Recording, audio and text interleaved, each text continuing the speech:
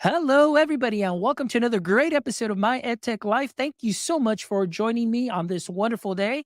And hopefully, you yourself have had a wonderful day. And wherever it is that you're joining us from around the world, thank you also, as always, for all of your support.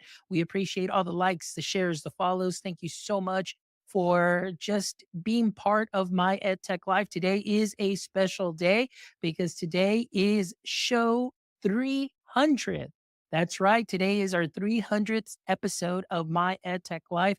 And I couldn't think of a better guest to have on that big 300th episode. And so I'm really excited to welcome Benjamin Riley to the show. How are you today, Benjamin?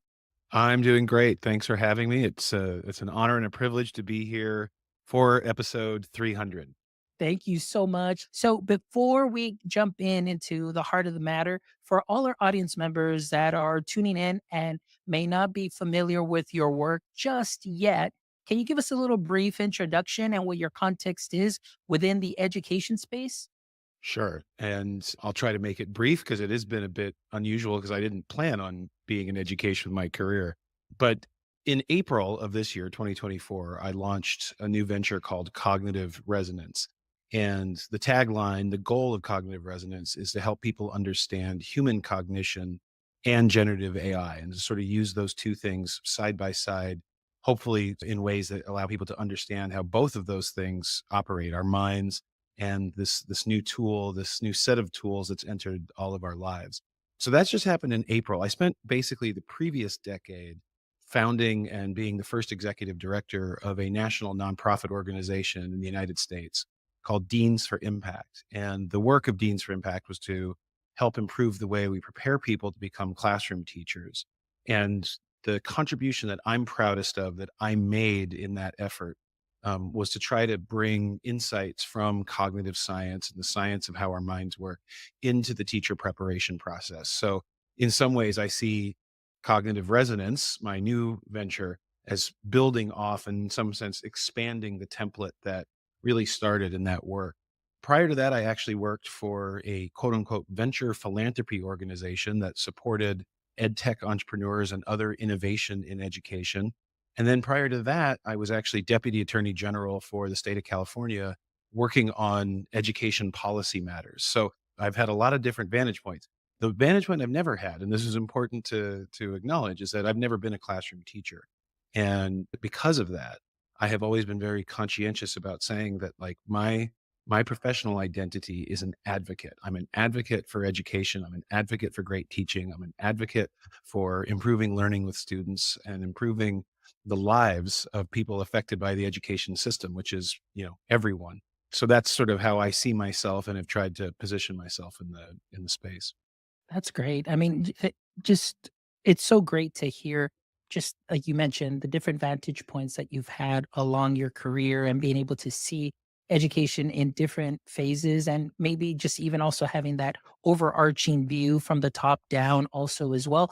Although you did mention not being a classroom teacher, however, you were very cognizant of all the issues that are going on in education back then and even now what we're seeing. And so that experience definitely is something that is great. And so I know that a lot of the things that you put out on social media and has just been great for myself too. And the way that you have mentioned, it's kind of seeing things a little bit differently. And sometimes I feel like, man, am I the only one that sees things differently? But then, of course, when I see yourself putting things out and articles, and we're going to talk a little bit about some articles that you appeared in and that you contributed to because it just goes right along with myself. Like you mentioned, you're an advocate for just really great education. I'm an advocate too, as well, for as far proper technology use and just engaging students in a higher learning experience, but in the right way and in a very cautious way too, as well, because we want to make sure that we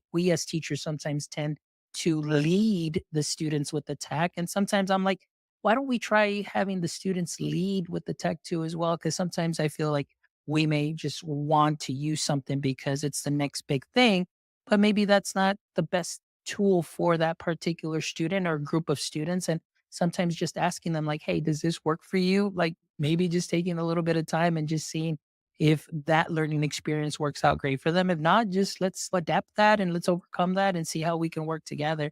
So I'm really excited about today's conversation. And so, of course, it is going to be centered around AI. And because, again, we're talking about just a lot of the great things that you're putting out there. I've seen a lot of great YouTube interviews, a lot of podcasts that you've been on, a lot of great things that you've been putting out and articles and things of that sort. So I definitely want to get into that. And so I just want to start just by first asking you, and this is what I ask a lot of the guests, especially around this topic, is November 2022.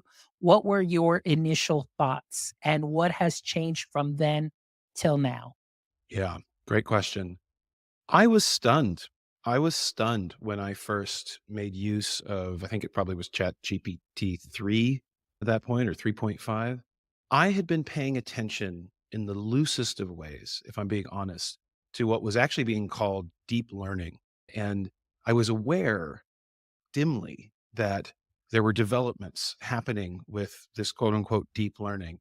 So much so that I actually reached out years ago to someone named Gary Marcus and had formed a connection and a bit of a dialogue with him to try to wrap my mind around it. And it really was from reading some of Gary's work. I think I originally found him when he was writing for the New Yorker. And then I read his book and realized he had this background in cognitive science, but he, like many in cognitive science, was very interested in artificial intelligence. And I just had not paid that much attention to it. I have not been focused most of my adult life on the human, non artificial intelligence and cognition. So when I sat down and started playing with it and saw that it could dialogue in a way that did feel very human, or at least felt very sentient in a sense, I was stunned. And I was a little scared, genuinely. I remember texting my father and saying, "Dad, have we done it?" My dad's a neuroscientist, and he, unlike me, has been paying attention to developments in computers and technology from the very get-go. We were on the internet before the internet was the internet in my family. And we had a Commodore 64, way back in the day. My dad even had a computer hacking name. Probably doesn't want me talking about that too much on air, but this was in my family. And I remember texting him and saying, Have we done it?" And he also was blown away. And so that began a learning journey for me because I was like, I don't get how this can do what it's doing. And at first it was kind of a side project. I don't even know if I can call it a project. It was just like, this is something I need to spend time because it's intellectually baffling to me. And when presented to something that's intellectually baffling to me that I find interesting, I want to try to unpack it and solve it. And that just led to a series of conversations with people that some who I already knew from cognitive science, some who I got to know. It's amazing how people will often respond to a random out of the blue email. I would be remiss if I didn't credit Gary with really being incredibly kind with his time and sort of bringing me in to the conversations that he was having at that point. And for listeners who don't know, Gary Marcus is one of the most misunderstood people in AI because people think he's very anti AI. I've been described as the Gary Marcus of education by some because he's said a lot of skeptical things about it. He's written a book called Taming Silicon Valley, where he's very upset with the direction AI is going. But he actually loves AI and wants to see it be a good force in the world. And he sees it being hijacked and manipulated by others. Anyway, so what has changed to finally get to your question is that after spending many, many months and having many, many conversations and reading a ton, I felt like I finally was at a point where I'm like, okay, I kind of get it. Like I kind of this technology, which is incredibly complex, like it is understandable. If you spend the time, you can start to figure it out. And what I also realized is that at this point in my career, I really wanted to talk to people about human cognition. And this tool was a great way to at least start a conversation about, okay, this is sort of kind of like what's happening in our minds, but sort of kind of not. And you might not have ever really spent much time thinking about how the human mind works and sort of the cognitive processes. But you might be interested right now in sort of figuring out this exciting new tool that everybody's talking about. And so I just sort of pushed those two things together, and from that, cognitive resonance was born. Nice. There's so many things there to unpack, and especially talking about Gary Marcus, who also is somebody that I follow. And yes, you are absolutely correct. Often misunderstood. And so, what you mentioned right now, people call me the Gary Marcus of education space. I was like, yeah, I can see that too, as well. As you know, before we got live here on the show, we were talking a little bit about some of the recordings or podcasts that you've been on videos and so on. And you can easily just a lot of people may take that the wrong way. But what I love is the fact that you are open and honest, most importantly, but also you just bring across so many great points that many may not think about in that space. And that's what it's all about, just creating a dialogue and just causing us to think. And so I love a lot of the work that you're doing there. But I want to ask you here. I know there was an article on the 74 million. All right. And so in that article, you've compared today's AI hype to Thomas Edison's 1913 prediction that movies would make books obsolete in schools. So, what is it that is leading to that overhyped tech prediction that you would think? Is it more, a lot of it, obviously, what's the tech companies, but what else is contributing to these things and the hype that you're seeing? That is a great question. I think we're living in an age where we certainly can see and feel pretty deep transformation of society spurned by technology. I always think it's funny that I can barely remember what my life was like before I had a cell phone with me at all times. Like, I went to high school without a cell phone. How did I get together with my friends? Like, what did we do? I know that we had phones and we called each other, but like, I don't even remember sort of what the process was. Did we say, well, I'll meet at the mall at 7? Probably something like that, right? But then what happened if one of us didn't show up? Did we, ditch that person? I mean, it's like that was in my own life. I like my own memory feels like it's become obscured to me by how technology has changed. And of course, we're all familiar. You would have to be a complete off the grid person to be ignorant of the creation of the internet and the creation of social media and all of these truly transformative and now incredibly powerful, in the literal sense of the word, entities and companies and people that have all developed from something technologically related.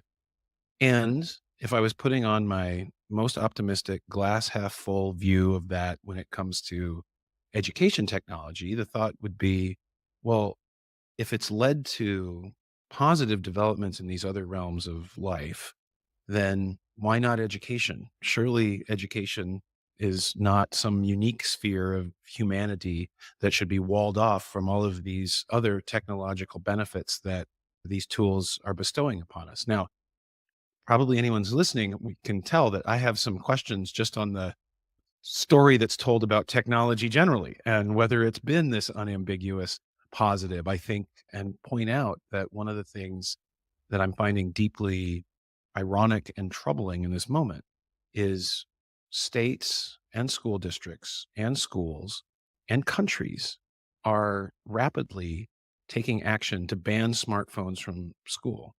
And there's a whole host of reasons, but one of the main reasons being that people now think these are actually a big distraction in class, and therefore the educational harm that smartphones are causing are not worth whatever benefits they have. And there's arguments on both sides. The point is that 10 years ago, no one was making that argument in the con side or the skeptic side around smartphones. If you said 10 years ago that we need to ban smartphones from school, you would have been walked right out of the room. There would be no invitation for you to speak up front.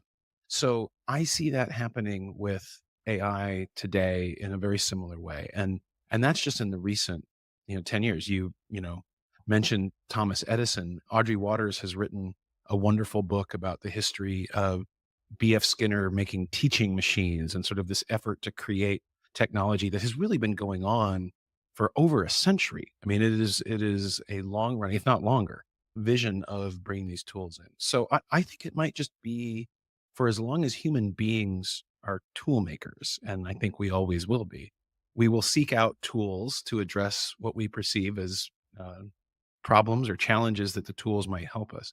Uh, I think, unfortunately, that too many people who are trying to make those tools don't really understand the challenge that they're trying to solve. And that's where I think a lot of the mismatch comes in.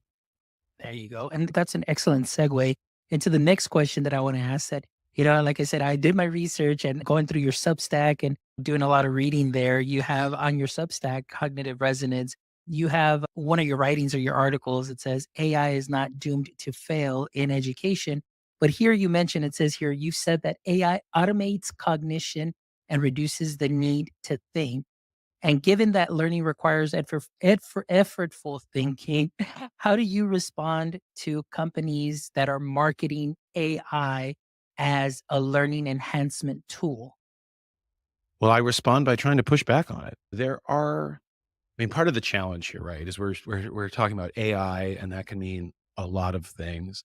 And then even if we sort of hone in on a particular aspect of AI or a particular subgenre within it, it all depends on which way the tool is being applied, right? A hammer, useful for getting nails in boards, dangerous when applied to a head, So it's really it's got to be thought of in this sort of nuanced way.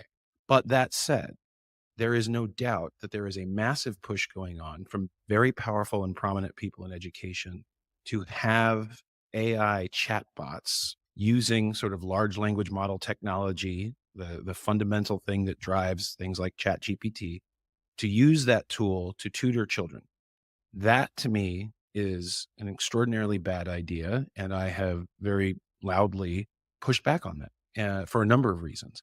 And I think that what comforts me is that in the end, I'm very confident that these efforts will die out, frankly, of their own accord, much like previous efforts. Thomas Edison was wrong about students wanting to line up at school to learn through movies. Sal Khan will be wrong about Khanmigo providing this wonderful educational experience that will transform the system. It's not going to happen. Just absolutely not going to happen. However, the period that we're going to go through, that we're living in right now, could be extraordinarily harmful before we figure that out.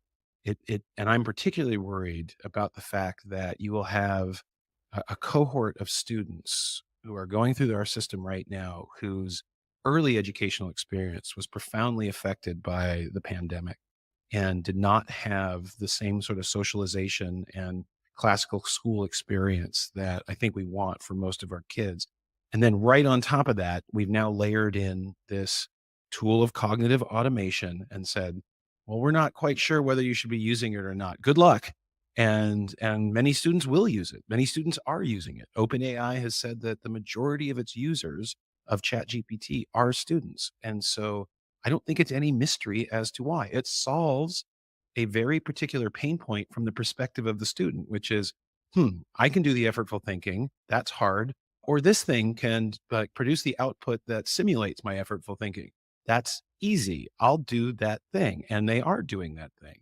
And like I said, I am confident that we will eventually reach a place where both changes in social practice and educational practice and cultural norms will get to a place where the world will not end. Human cognition will not collapse. I'm reasonably confident of that.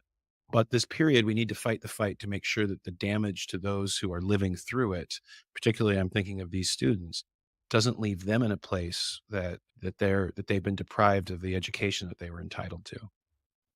Now, as far as the chatbots are concerned, I know for yourself right now, the way that you're sharing that, I know I had Dan Meyer on the show also as well, and very, very similar viewpoint as far as the chatbots are concerned. When mainly talking about the learning process, it takes time. You need to have that person there to guide you and lead you to be able to do those things. So, what would you say for yourself, if you can just elaborate a little bit more?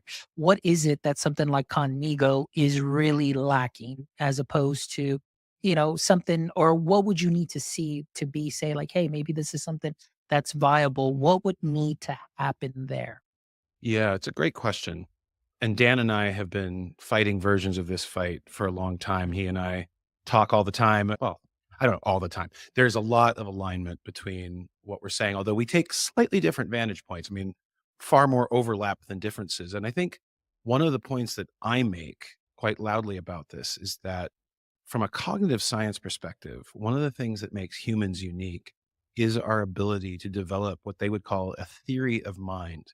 So, just kind of a fancy way of saying, I can listen to what you're saying and imagine the mental state that you're having as a result of what you're saying. And by the way, not just what you're saying, I can look at your face, I can look at what's happening. There's all sorts of data and cues that are coming into me that can make me interpret and contextualize what I think, emphasis on think, is happening inside your head. It's a huge challenge. Humans get it wrong all the time. Every fight you've ever had with someone is probably when you had a theory of mind that was not the same as their own theory of their own mind in terms of what they were trying to communicate and what you were hearing, or vice versa. But there's a process there that both parties can engage in. Large language models, chatbots don't do any of that.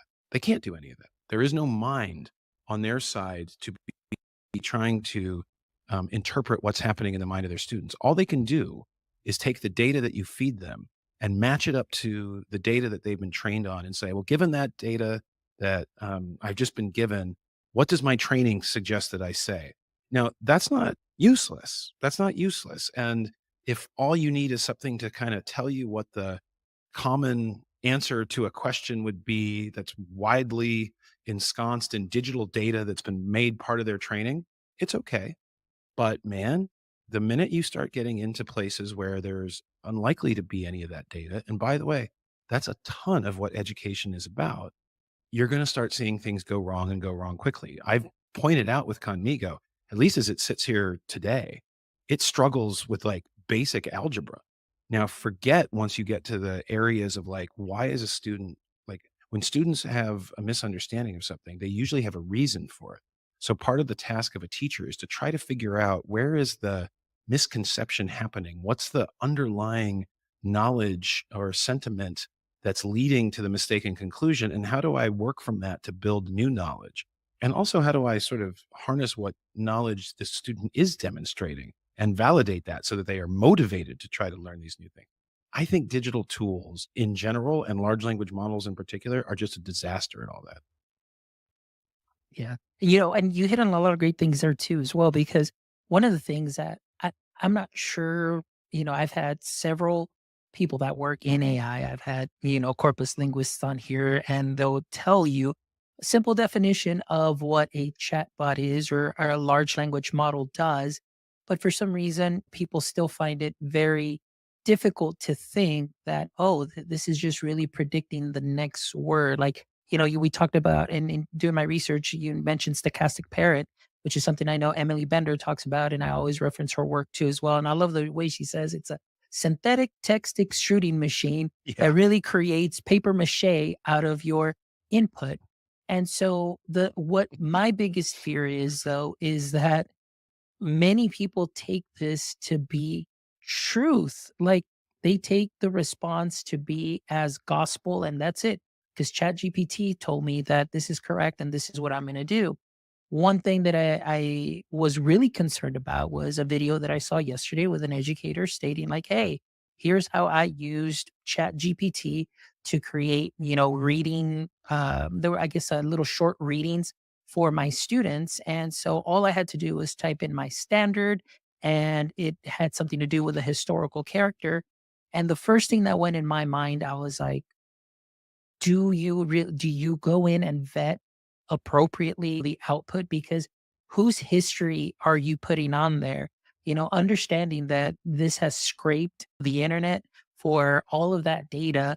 And to me, the biggest fear is which version of history, or, did the person really say that? Because since this is just statistically predicting the next word based on the data that you're giving it, that to me is the scariest part of all. Now, what are your thoughts on that? As far as we know that large language models shouldn't be used for searches, and that's something that you mentioned in your PDF on cognitive resonance. But can you fill us in a little bit more on that in your perspective? Yeah, I'm really glad you asked about this because there's an essay I have yet to write, and I want to talk to some more scientists about it that I think gets at what you're getting at, which is this. Actually, you got it a lot, but at least one point of what you were getting at, which is we are so used to digital tools, computers being right. Like when you use a computer, like an Excel spreadsheet, say, it's going to be right all of the time. Like it doesn't, make a mistake in calculating out a formula. A calculator doesn't make a mistake. So we know that these tools, or at least we've been conditioned to believe that these digital tools, they have this like authority in some sense. We grant them this authority because we are so used to them being right.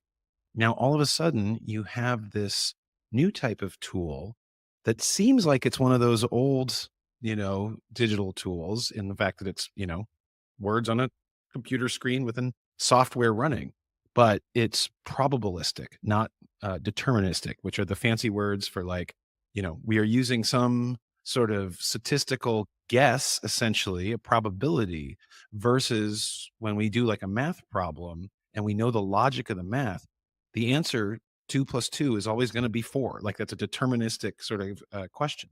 But when I ask, like, Fonz, what do you find beautiful? That's not a deterministic question, right? Like as a human, there is so many ways in which you could answer that. You could answer that differently depending just on the day, the time that I asked the question. And any other human might answer it completely differently, right? And would answer it completely differently. And so I think as a result of that, we are going to go again through a period where people think that these tools have the deterministic capabilities that we're so used to technology having before they realize, wait a second, no, like they say things that are often wrong. And you made reference to the document that Cognitive Resonance has put out called Education Hazards of Generative AI. And we may talk more about it, but one of the things that I was very careful in trying to do with that is to say, you know, because of this probabilistic output, you can't rely on it. You can't trust it. And unlike a lot of other documents that come out, I don't think it's fair to ask teachers to say, then, and then, by the way, go double check all of the output that you've created. I mean, it's just not going to happen. So, as a result of that, you have to think really carefully. Well, given that I can't trust that what it tells me is going to be what we humans would call factually true, how should I use it in the first place? It's not going to be an endless source of fact checking if we're being honest. So you're going to have to make sort of different judicious choices or figuring out how you're going to use it, prompt it in ways that minimize that, unless you're really prepared to take on a lot of extra work that I don't think any normal human being is going to want to take on. Yeah, no, absolutely. And that's something that when Dan Meyer was here, well, he was on the show, he was talking a little bit and we were talking about, some platforms that do create, for example, like let's say lesson plans. And he talks about, how, the AI is doing what it needs to do, but it fails in that last step of that delivery where it creates something that looks great. If you could put your standard on there, it picks up on those keywords, but then at the end, it still leaves the teacher with more work to do. And hey, go and create this game. Hey, go and create that. And hey, go and create this worksheet and go and create those things and so on. And it's like, oh, okay. So I want to ask you a little bit about this. As we know, a lot of tech companies push out these products. There's obviously a lot of education influencers that are out there also pushing these products, ambassadors, and they all have different names depending on the organization, things of that sort. So I want to ask you, as far as that is concerned, what are some of the harms that you see with the tech companies and maybe the way that they're marketing the product as this is your one and all solution, and also with the hype of those ambassadors? I just want your perspective from the top down and the experiences that you've had. Yeah. Well, I don't know if it's top down. I don't think I'm anywhere near a top, but I feel like I'm in the middle of a melee. I would say that I'm seeing a bunch of things that I find concerning. I've often mentioned that some of the worst parts of my day are when I check Facebook and go into the AI for Educators Facebook group that I signed up for months ago. And I see educators coming on there and describing ways in which they either are or want to be using AI that are clearly going to be harmful for learning. And And I'm talking about like literally saying like we don't need to have our kids, do writing in the same way anymore because we have this now and it can do the writing for them. And it's like this is what I'm talking about. This is like the students who actually have to go through that, to the extent their teachers believe that, will be significantly harmed cognitively. Writing is one of the most cognitively challenging things that we do. It's the reason why it's unpleasant in many ways. And therefore, it's one of the most important things that we do and one of the most important educational activities that we engage in. The influencer stuff and the TikTokers and, quite frankly, the organizations, and I've named them once before, but I have no hesitation in calling them out again. The Sol Khans, I've put Bill Gates on blast as well. Like, I'm tired of it. I'm tired of people listening to these people who have made continually mistaken predictions about how technology is going to transform education for literally over a decade, and been wrong and wrong and wrong again. And you have to at some point go, well, maybe we should stop listening to that mantra. And maybe we should try to learn from those lessons and just like put on a cold compress here and chill out a bit and be more thoughtful in terms of thinking carefully about whether and how we want to make use of these. The document, again, that I referenced, Education Hazards of Generative AI, is designed to be kind of a manual around that, to sort of say, at least if you are thinking about using it for this subject or for tutoring or for grading your essays, think through these things and know that these are possible hazards that could arise from you using this way. That's just a document. I don't have a TikTok account, so I'm counting on you, Fonz, through this podcast and others to sort of help me get the word out so that people know that there's an alternative to what they're being told through the predominant channels. Yes. No, absolutely. And it's such a great document. And I'll definitely gonna link it up in the show notes as well. Cause I mean it's 11 pages. And like you were talking about, it's very plain, very, very simple and to the point. And that's the one thing that I love. I mean, it's gonna get to the point, especially here as I'm looking on I believe it's page 4, where you talked about education hazards posed by AI, and you've talked a little bit about lesson planning, the tutoring for administrators also as well. You've got some stuff here generating instructional materials and assessment, grading, and you go on here, and it's a very great read and simple to understand, but yet so full of information. And we'll definitely be sharing that out in the show notes. But going along with this too, as well, I want to talk to you a little bit. As you know, also there are so many companies that have come up and so many consultants. Everybody's an AI expert by this point now. And, there's definitely a lot of things that are important now, as we know that this technology, generative AI, there are many platforms already that have included this piece within the platforms. And those platforms are already in school. They're doing some updates already to some of those platforms. As myself, I get to see that on my end, being a coordinator for digital learning. I get to see that, hey, guess what? I got an email like, hey, check it out. We've got this AI component now, and so on. So we talk about literacy a lot, but I want to reference, I believe, the article you appeared in edweek.org, and they were talking a little bit about AI literacy. So, talk to me or tell me a little bit about your thoughts on that AI literacy, because you made a distinction between like AI literacy and, of course, I guess, training and learning how to use the tool. So, tell me a little bit about that. Yeah, sure. So when people hear what I'm trying to do with cognitive resonance, they'll say, "Oh, so you're trying to improve AI literacy." And I accept that. I think that's in a general sense true. The reason I sometimes bristle just a tad is that there are a number of organizations and people who are saying that they are helping improve AI literacy, but what they really mean is either we are promoting AI and doing so in a somewhat sophisticated and slightly deceptive way that suggests we're going to, help you navigate some of its pitfalls. But in reality, they're just kind of hand waving at them. So I see a lot of organizations that put out documents that'll say things like, you have to consider the bias. And it's like, well, what do you do with that? That doesn't tell me, like, they are biased. Like, they've been trained on a very biased set of data. And so like, just telling me to consider that doesn't really answer anything for me. It just pushes the problem, and in some ways the dilemma, back to me, the user, to kind of navigate through. So I don't have a lot of time and patience for that wing of the AI hype crowd. And I think like closely related and often the same entities and people are talking about AI literacy in the form of like being a better quote unquote prompt engineer, which they mean, figuring out the ways and the techniques for, writing text into the chatbot that will then give you better responses.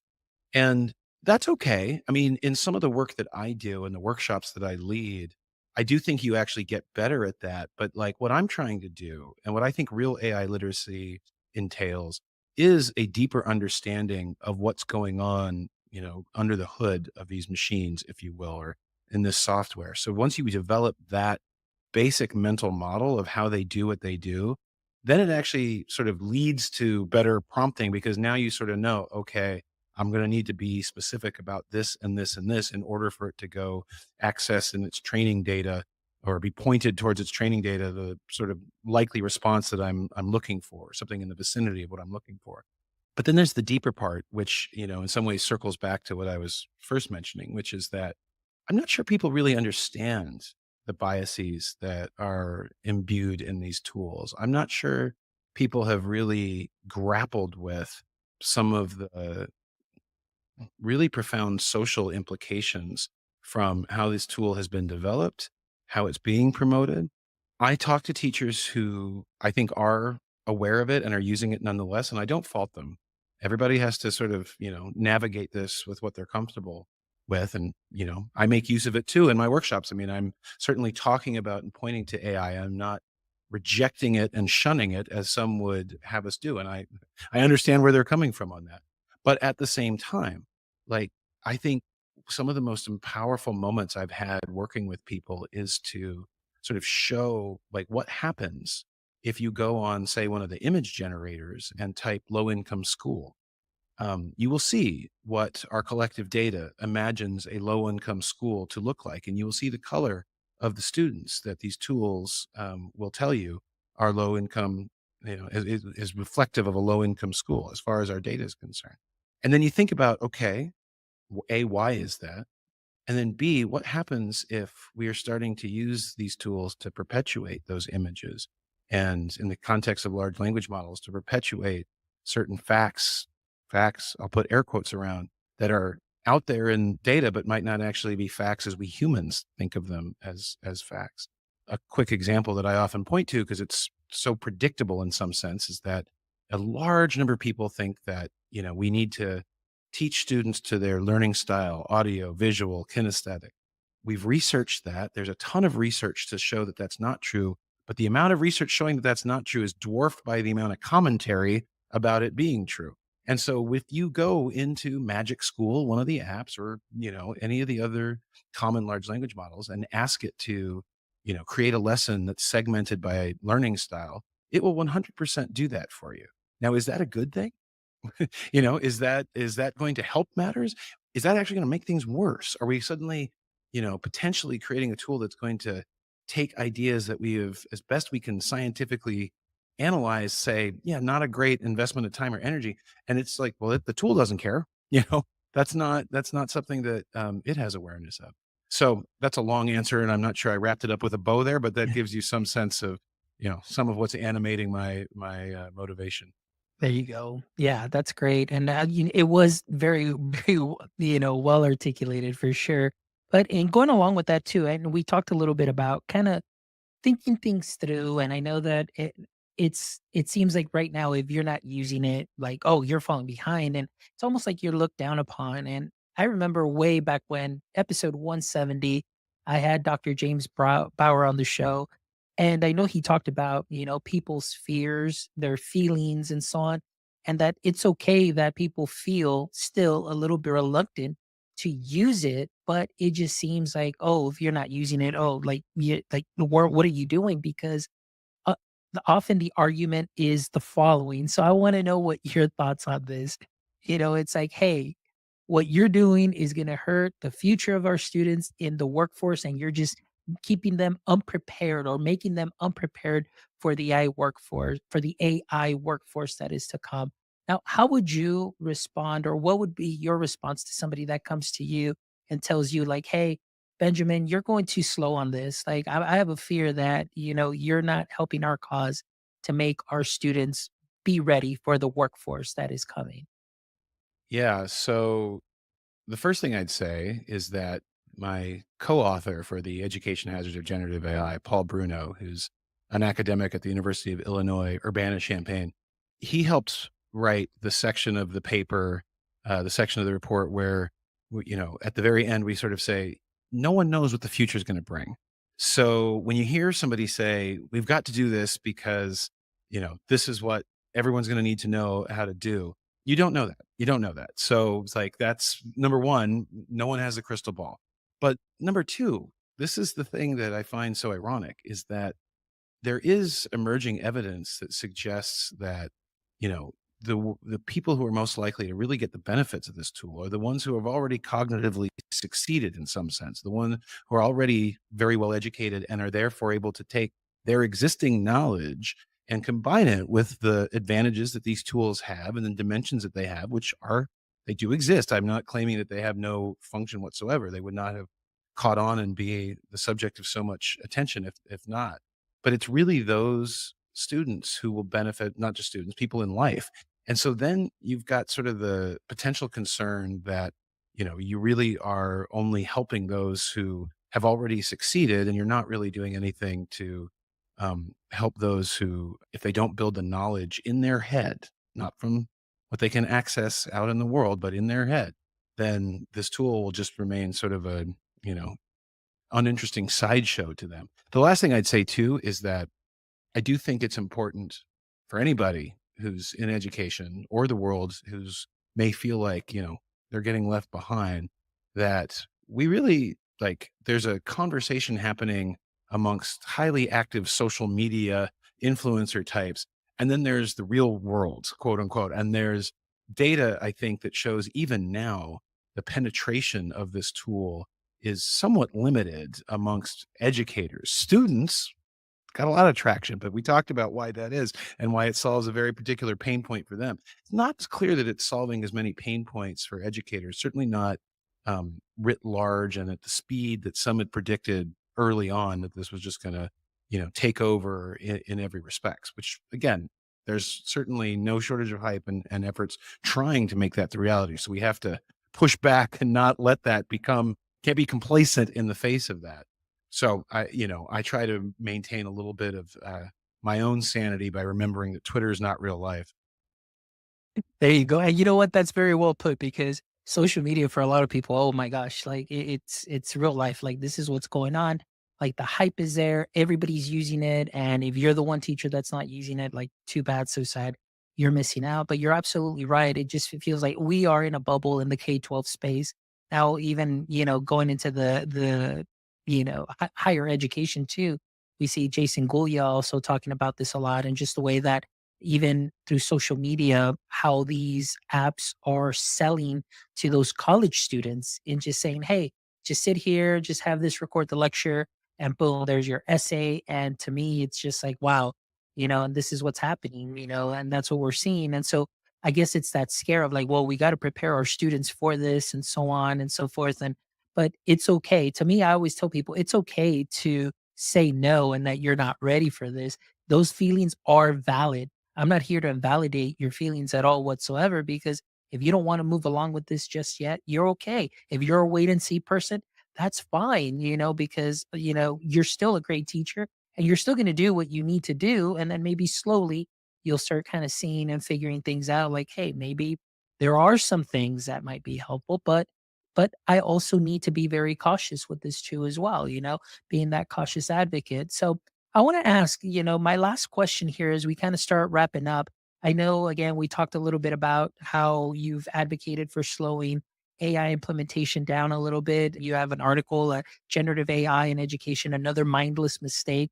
And in here, I want to ask you, what are some of the guidelines or maybe frameworks that you share in your workshops, whether it's with educators or administrators, things to consider before adopting AI tools? Yeah, good question. I mean, if I'm being honest, what I do in my work is try to build that mental model of human cognition. And that takes a little bit, right? Like it's not something you can just get in 15 minutes. We've got to go into sort of the different aspects of our minds and how they function. And then, as I've been saying, sort of look at, you know, what is going on with AI. You said it earlier quite well, which is, it's a next word prediction engine. It's a next word prediction tool. But there's a lot, even in just that pithy phrase, that we got to spend some time unpacking. Whose prediction, right? Like what, like that's something that's actually quite deep intellectually when you start thinking about like it's predicting the next word in response to something that I just said, perhaps for the first time ever. So how could that be? Right. And so I guess what I'm saying is there are plenty of, I think, things out there that can give you sort of classic sort of policy guidance. I'm trying to avoid that and trying to just take it back one more step and say, before you even get there, let's spend some time building your knowledge around how this thing works. Now, having said all that, I was very deliberate, and Paul Bruno, my co-author of the Education Hazards document, was a great help in this. We were very deliberate in trying to identify references and citations to that paper that were relatively accessible. So a lot of, I think, the work and research that's informed my opinion is sort of embedded in that. And I even decided to do something a little weird, which is I didn't do the normal citation process where you put the last name and the date. And it's like, if you're a non-academic, like you don't know what that is. You know what I mean? It's just a name and a date. So I was like, here's the title of the paper. So if you think this might be relevant to helping you understand something like, can large language models reason? Can I trust them to be a reasoning tool? Well, there's a bunch of essays about that. And you can go find some of those through what I'm saying.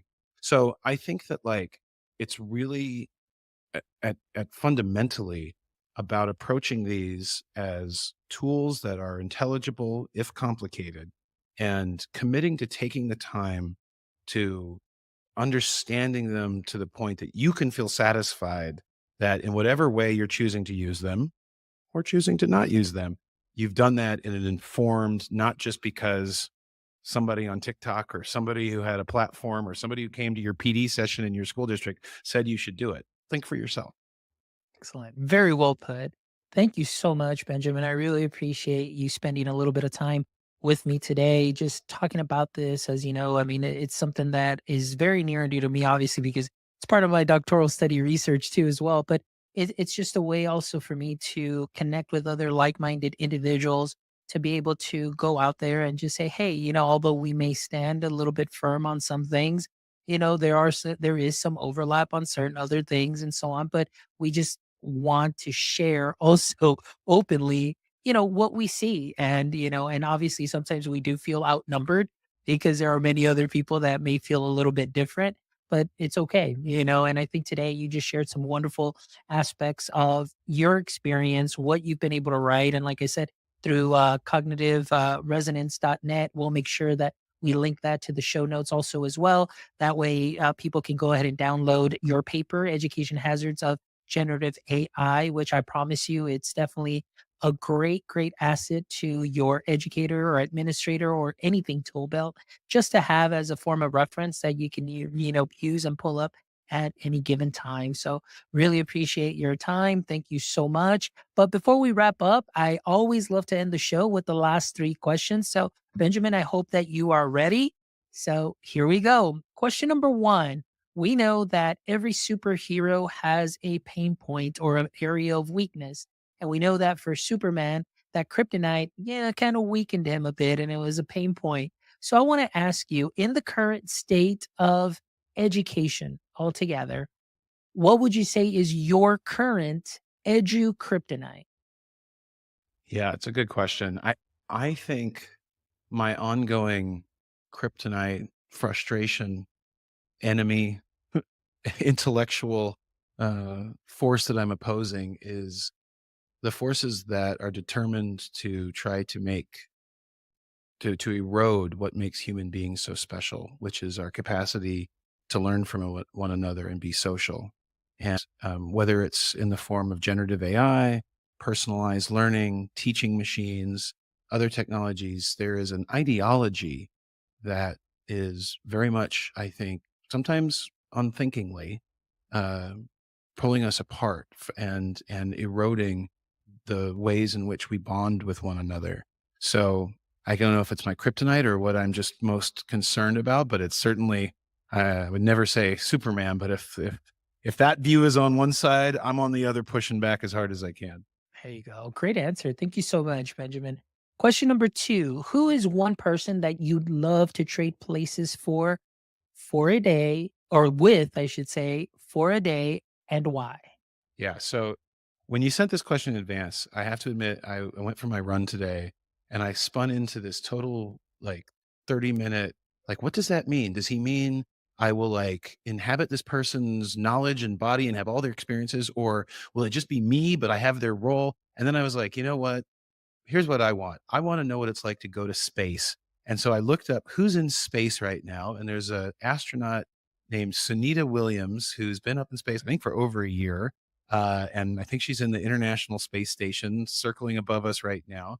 And she seems like a complete, can I say badass? I'm going to say it. She's a complete badass. I'd like to go like flip with her for a day and be up in space and look down at Earth and see what that's like. That's great. That is a wonderful answer. Thank you so much for sharing that. And my last question to you, Benjamin, is if you could have a billboard with anything on it, what would it be and why? Yes, I should have spent more time thinking about this one because, as you may know and may have seen, there used to be a billboard in Texas and other states that said, "Want to teach? When can you start?" And it was for an alt cert provider that was just, basically anybody who could breathe. They were going to say, off you go and give them de minimis training. And they eventually pulled them down. And I'd like to think I had something to do with it. I don't know, but like they still exist. But the billboards came down because I was like determined to shame them into what that said. So I'm not quite sure what the counter to that is, but it's something in the nature of all humans are teachers. Remember that and embrace that responsibility. Something like that, something that shows the nobility and the power of our sharing of knowledge as educators. Everyone's an educator in my view. And I just want people to recognize that that's something incredibly special about being human. Absolutely. I absolutely love that. I mean, to me, that's the way I learn best through that storytelling process. I want to hear your stories. And oftentimes I tell people I think that's why I love podcasting and I've really stuck it through and done so much of it because I love to learn people. I always tell people this is my 1 hour of personal PD that I get to share with the whole world afterwards. And so that's something that's amazing. So I definitely agree with that. That's a great billboard.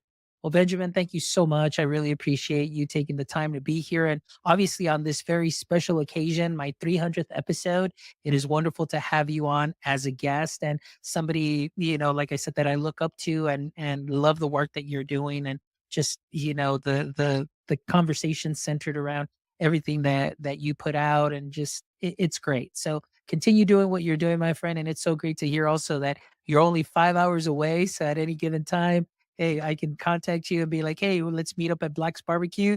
We'll have some Sounds barbecue or great. something like that. Sounds like a plan. So that's wonderful.